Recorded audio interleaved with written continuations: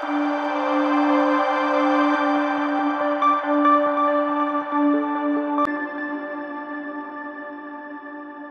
कभी जिंदगी ऐसे मोड़ पर लाकर खड़ा कर देती है जहां न रास्ते दिखते हैं न कोई सहारा मिलता है। ये कहानी है एक ऐसे लड़के की जिसने हर मुश्किल का सामना किया, गिरा, टूटा, लेकिन फिर भी हार नहीं मानी। बहुत समय पहले की बात है। एक छोटे से गांव था रामपुर, जहां के लोग खेती बाड़ी और छोटे मोटे व्यवसायों से अपना जीवन यापन करते थे। इस गांव में एक लड़का रहता था जिसका नाम था अभय। अभय एक सीधा साधा और मेहनती लड़का था। उसकी आंखों में बड़े सपने थे।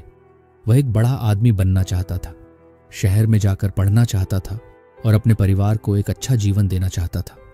लेकिन सपने देखना आसान था, उन्हें पूरा करना मुश्किल। अभय के पिता एक किसान थे। उनकी अचानक मौत ने अभय के पूरे परिवार को हिलाकर रख दिया। घर में मां और एक छोटी बहन थी जिनका पूरा जिम्मेदार अब अभय के कंधों पर था। अभय को अपनी पढ़ाई छोड़नी पड़ी और गांव के ईंट भट्टे पर काम करना पड़ा। जहां उसके उम्र के लड़के कॉलेज में एडमिशन ले रहे थे, वहीं वह दिन भर धूल और धुएं में झुलस रहा था। एक दिन जब वह घर लौटा तो बहन ने मासूमियत से पूछा, भैया, क्या हम कभी अमीर बन पाएंगे? अभय के पास कोई जवाब नहीं था। उसके सपनों में अब धुंध छा गई थी। अभय का गांव शहर से काफी दूर था और वहां की लाइब्रेरी में बस पुरानी किताबें पड़ी थीं। लेकिन अभय की आदत थी कि वह हर किताब में कोई सीख ढूंढता। एक दिन जब वह लाइब्रेरी में किताब पलट रहा था तो उसके हाथ में एक पुरानी चिट्ठी आई। चिट्ठी किसी रवि वर्मा नाम के आदमी की थी जो 20 साल पहले इस गांव में रहा करता था।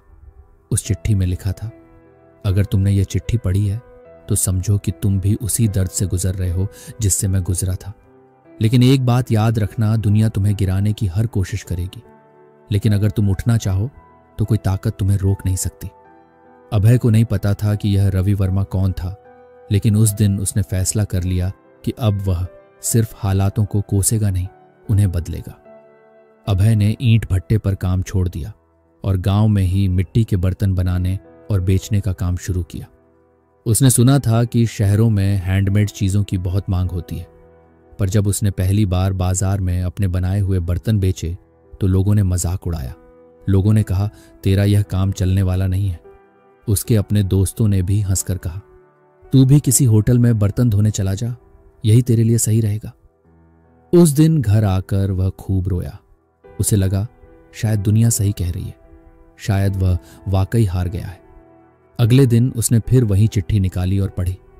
उसमें लिखा था, अगर लोग तुम्हारा मजाक उड़ा रहे हैं तो समझो तुम सही रास्ते पर हो। अभय की आंखों में एक नई रोशनी आ गई। उसने इस बार गांव के बुजुर्गों से मदद मांगी, नई डिजाइनों पर काम किया और गांव की औरतों को अपने साथ जोड़ा। धीरे धीरे उसका काम चल पड़ा। पहली बार उसने 1000 रुपये कमाए, फिर 5000, फिर 10,000। एक दिन एक बड़े व्यापारी ने उसका काम देखा और उसे शहर में अपना स्टॉल लगाने का ऑफर दिया। यह उसकी जिंदगी का सबसे बड़ा मौका था। शहर की पहली प्रदर्शनी में अभय ने अपनी चीजें बेचनी शुरू की। लेकिन असली जीत वह नहीं थी। असल जीत तब हुई जब उसने अपनी बहन को पहली बार एक अच्छे स्कूल में दाखिला दिलाया। जब उसने मां के हाथ में पहली बार पूरे महीने के खर्च का पैसा रखा तो मां की आंखों में जो गर्व था वही असली जीत थी।